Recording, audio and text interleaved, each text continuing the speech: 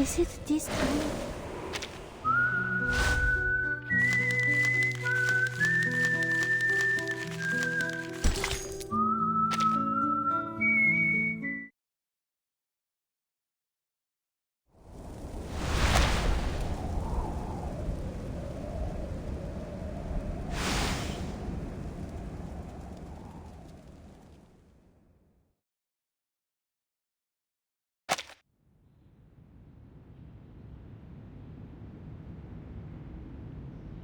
I once traveled to a small town called Ryashki. It was located high up within the Arctic Circle, and it was frigid cold all year long. After my visit there, I traveled to many more places, from Zealand to the Balkan Peninsula. My journey went on and on. But above all other places, I kept finding my thoughts returning to that little town, to its incandescent lights glowing in the long dark of the polar night, to the shared dream of the people there.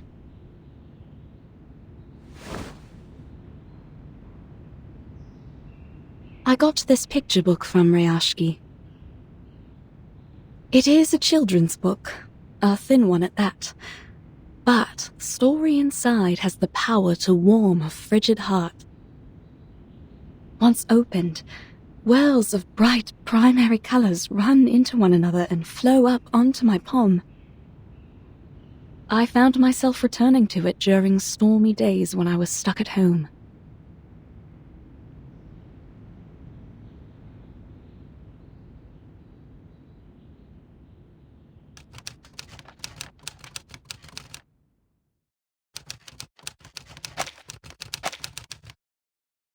This is a story about honest and ordinary people.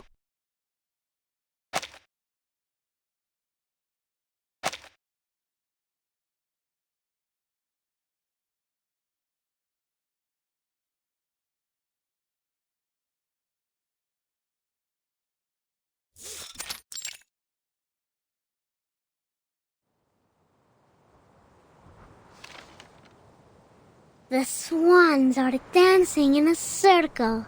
Their arms go back and forth. Vila and the swans have done this dance almost 20 times last week. She taught the swans all their beautiful moves. Swan Lake is the best ballet ever. I remembered Mr. Evgeny once said so. He also said the tortoises would come to watch the show. But why would tortoises want to watch Swan Lake? Vila says she doesn't like the tortoises. She likes knowledge. I don't know much about knowledge. But I think Miss Vila's always right. Only between you and me? Vila smells like seaweed and coral, but those are happy smells to me. I think she must be the princess of the ocean. But she tells us she is not special, and that everyone here is equal, no matter if they are a princess or a swan. That we all have 2 feet and 10 fingers, and if we all work together, we can build the beacon to the future. I hope in the future we still get to sing and dance when we are not building beacons. Nina's favorite food is called alonka. It's a chocolate bar. She used to cry a lot whenever she made a mistake with her dancing. But then Vila talked to her, and now she doesn't cry so much. One time, she danced very, very perfectly. So, Vila gave her a piece of an alonka bar. I believe she will be a great dancer. If she doesn't get too nervous on stage, then she could have even more chocolate. I wish I was like her. I want chocolate too. But I'm not a swan like her. And now, there's never any Alyonka in the canteen's cupboard.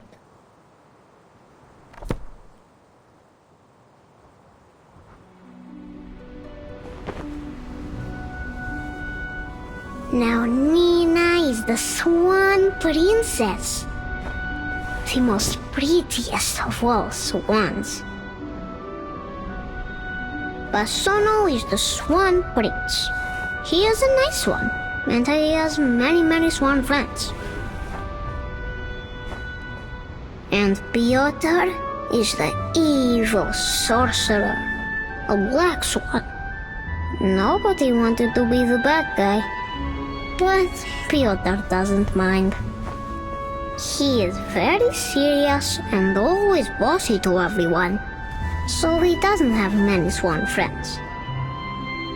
Piotr just wants to do his job as perfectly as he can, because he loves our town.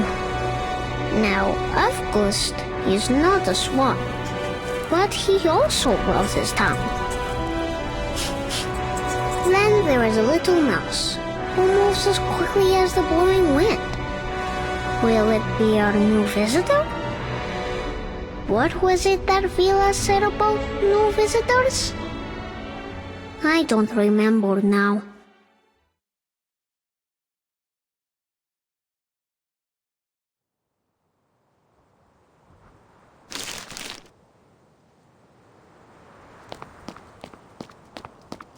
Vila!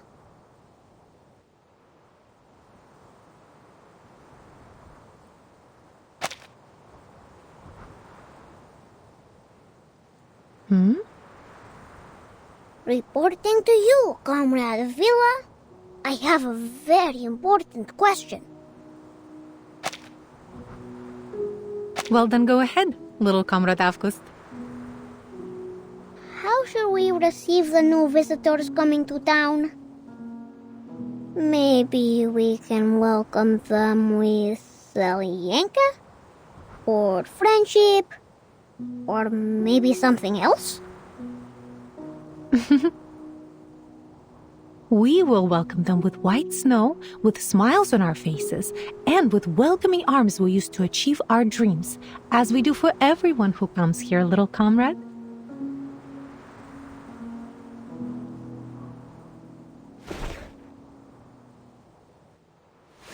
It's always good to ask questions. But don't forget your task today, all right?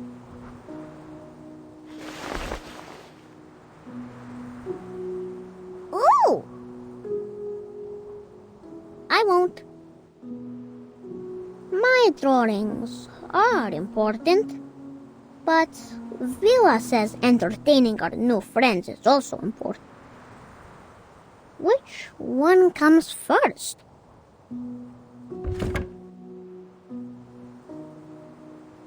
After the swans have flown away, Evgeny will go up to the stage. Evgeny is not an evil sorcerer, but he knows a secret magic that makes everyone's tongues hide in their mouths. He is not so much a bad person, I think. Evgeny's shadow is very long, but no one, not even my sunflower, can explain why. Evgeny walks heavily onto the stage. His appearance comes without any applause.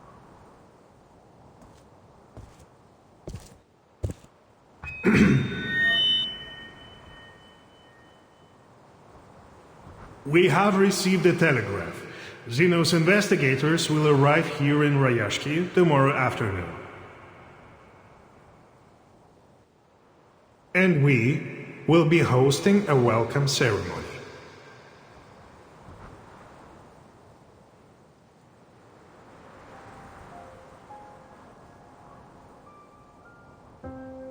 I understand your concerns.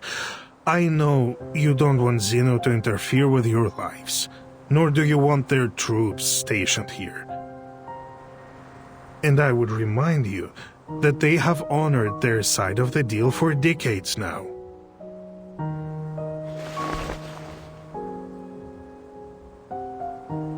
We give them runium ore, and they supply us in return. It should be as simple as that. Always it has been this way, since my grandfather's time. Times have changed, Comrade Knut. In the old days, Zeno used to pay us generously for mining this runium, because our ore was necessary for their arcane combat vehicles. But now, we have nearly exhausted all our mines. You know this better than I do.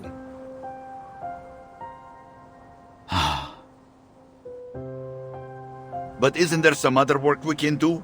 Already we build our own houses, and now we even grow our own crops. He's right. Why must we work with Zeno if we could feed ourselves? Comrades, calm yourselves. Evgeny is doing this for everybody's sake. Have you forgotten about those little monsters? Is there anyone left on our defense team that hasn't been injured fighting them?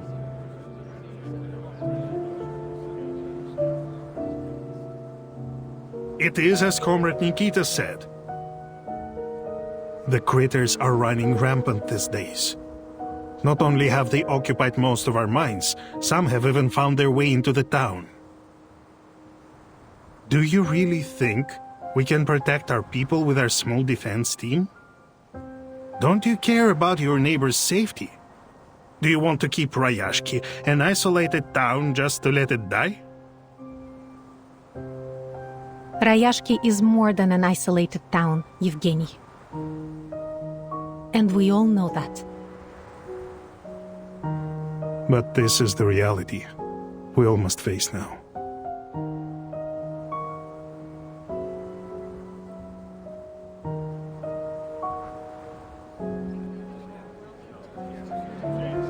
Comrade Evgeny, it was your idea to turn to these Zeno big guys for help, but you never even asked what we think, did you?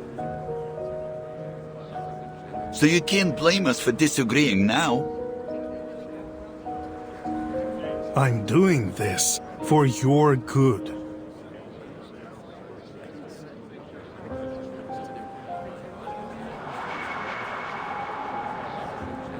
We can take care of ourselves.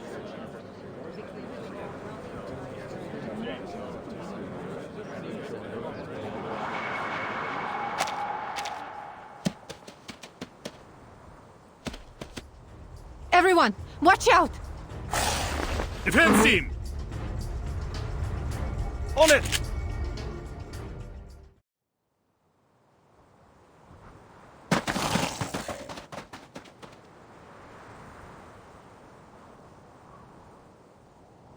I salute your sense of smell, Comrade Vila. We could have suffered much more severe consequences without your forewarning. Think nothing of it. It's just a reflex reaction when there's danger nearby.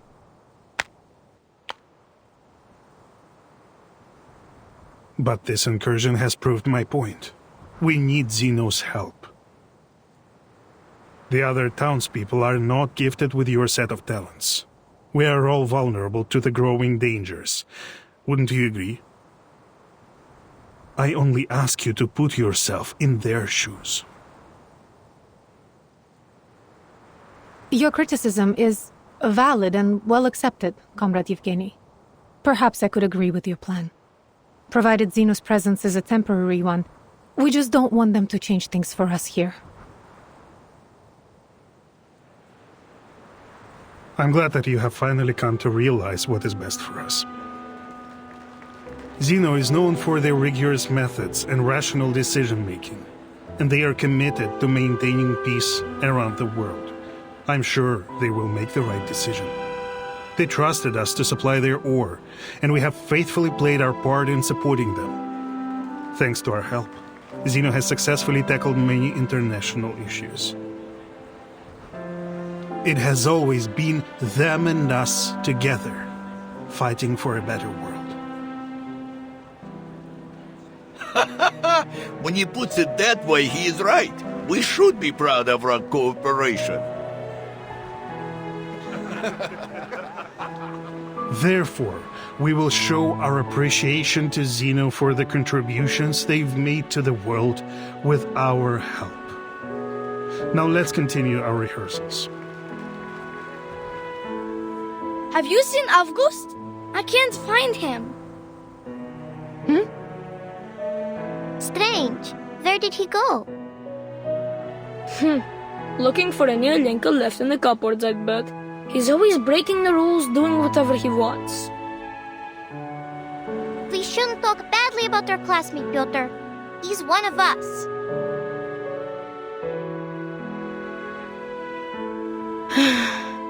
Yes, you're right. I just wanted everyone to do their best. Even him. Don't worry, kids. We will find them. A child is missing, Comrade Yevgeny. I suggest a temporary suspension of our rehearsals.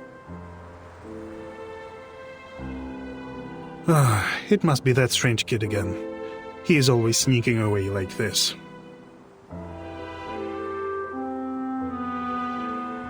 He is only trying to understand the world in his own way.